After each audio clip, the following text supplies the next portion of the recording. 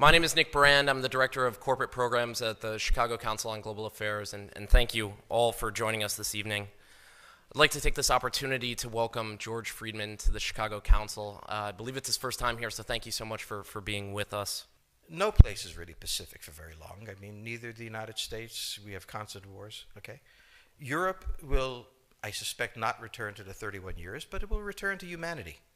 They will have their wars, they will have their peace, they will live their lives. It will not be 100 million dead, but the idea of the European exceptionalism, I think, is the one suffering the first death. There will be conflict. There was conflict in Yugoslavia, and there's certainly conflict now in Ukraine. As to the relationship to the United States, we no longer have a relationship with Europe. We have a relationship with Romania, we have a relationship with France. There is no Europe to have a relationship with. Yes, the gentleman in the fourth row over here. Excuse me. By the way, I'm a subscriber. Thank you. Is Islamic extremism really the major threat to the United States, and will it die on its own, or will it keep growing? It is a problem to the United States. It is not an existential threat. It has to be dealt with, but it has to be dealt with proportionately. We have other foreign policy interests. So, the primordial interest of the United States, over which for a century we have fought wars, the First, Second Cold War, has been the relationship between Germany and Russia, because united they are the only force that could threaten us, and to make sure that that doesn't happen.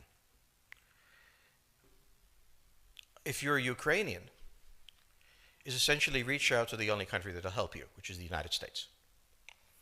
Last week, 10 days ago, General Hodges, Commander U.S. Army Europe, visited Ukraine.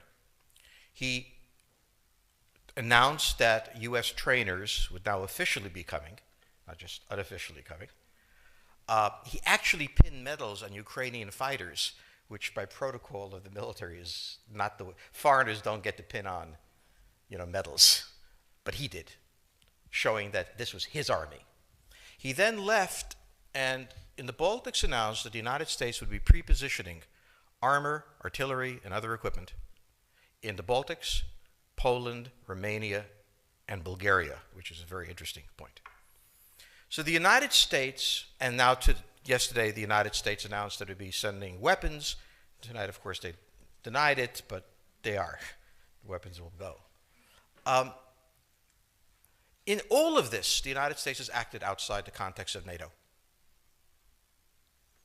Because NATO has to have a 100% vote. Any one country can veto anything. And the Turks will veto it just for giggles. The point is that the United States is prepared to create a cordon sanitaire around Russia. Russia knows it. Russia believes that the United States intends to break the Russian Federation.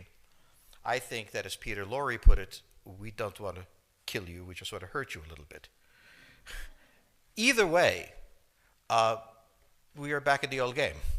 And if you go ask a Pole or a Hungarian or a Romanian, they live in a totally different universe from a German. And they live in a totally different universe from a Spaniard. So there is no commonality in Europe. But if I were a Ukrainian, I would do exactly what they're doing. Try to draw the Americans in. All right, next question, please. The United States has a fundamental interest. It controls all the oceans of the world. No power has ever done that. Because of that, we get to invade people and they don't get to invade us. It's a very nice thing. Maintaining control of the sea and control of space is the foundation of our power.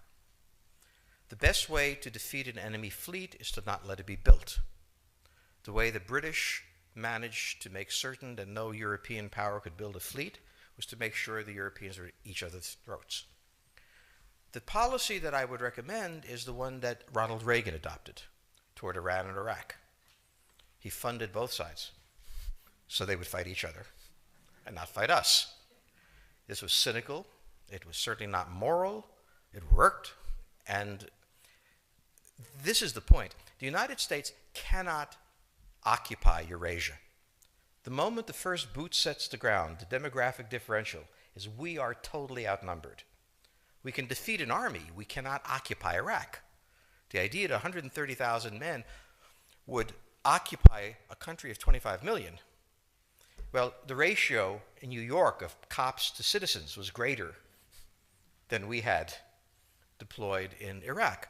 So we don't have the ability to go across, but we do have the ability to, first, support various contending powers so they concentrate in themselves with political support, some economic support, military support, advisors, and in extremis, do what we did in Japan, in Vietnam, in Iraq, and in Afghanistan, spoiling attacks.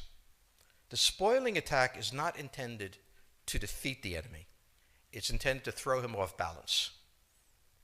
What we did in each of these wars, in Afghanistan, for example, is we threw Al-Qaeda off balance.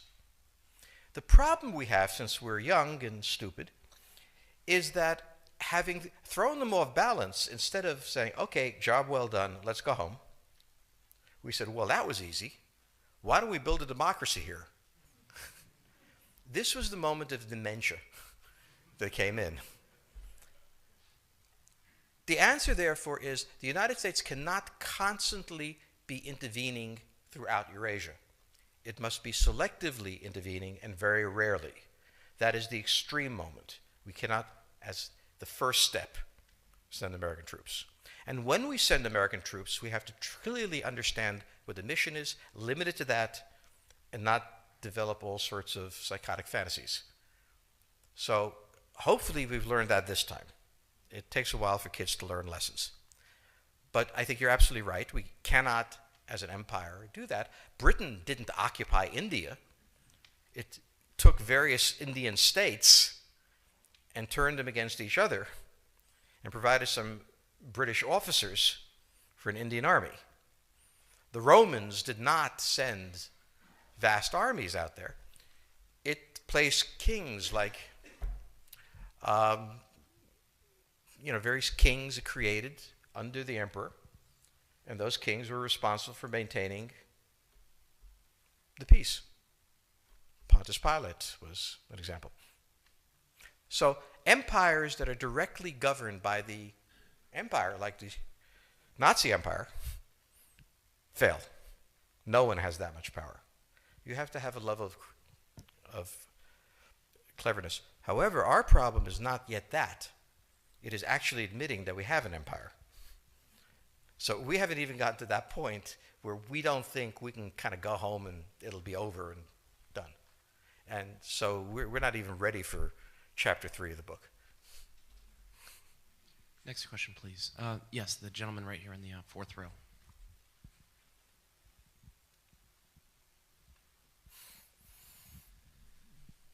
So I infer from your comments that the euro as the currency will not survive. The question on the table for the Russians is, will they retain a buffer zone that's at least neutral?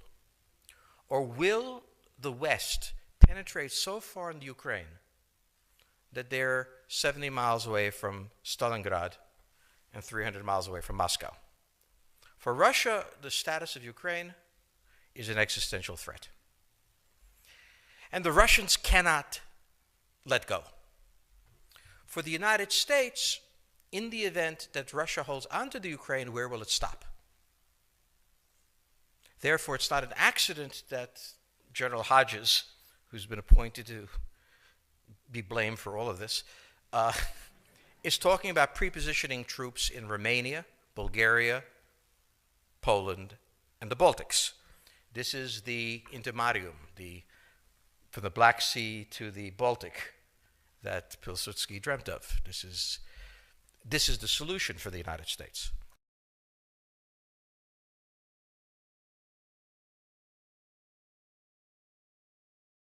The issue to which we don't have the answer is, what will Germany do? So the real wild card in Europe is that as the United States builds this cordon sanitaire, not in Ukraine, but to the west, and the Russians try to figure out how to leverage the Ukrainians out, we don't know the German position. Germany is in a very peculiar position. Its former Chancellor Gerhard Schroeder is on the board of Gazprom.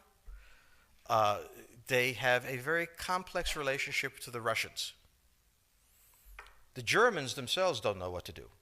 They must export. The Russians can't take up the export. On the other hand, if they lose the free trade zone, they need to build something different. For the United States, the primordial fear is Russian capital, Russian technology, German technology and German capital, Russian natural resources, Russian manpower, as the only combination that has for centuries scared the hell out of the United States. So how does this play out? Well, the US has already put its cards on the table. It is the line from the Baltics to the Black Sea.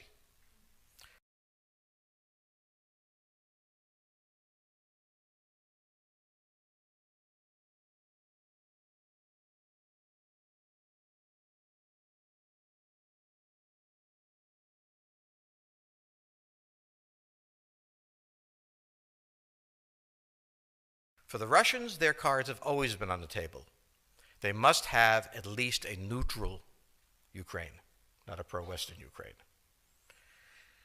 Belarus is another question. Now, whoever can tell me what the Germans are going to do is going to tell me about the next 20 years of history. But unfortunately, the Germans haven't made up their mind. And this is the problem of Germany always.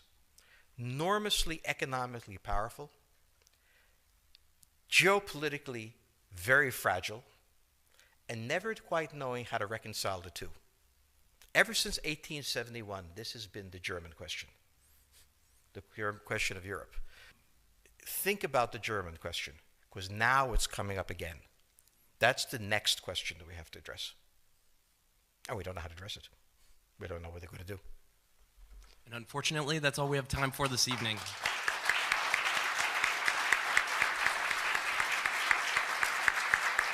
Thank you so much. Thank you so much, George Friedman. He'll be signing copies of his book in the rear of the room. Thank you as well to the Chicago Club for co-sponsoring this evening. Good night.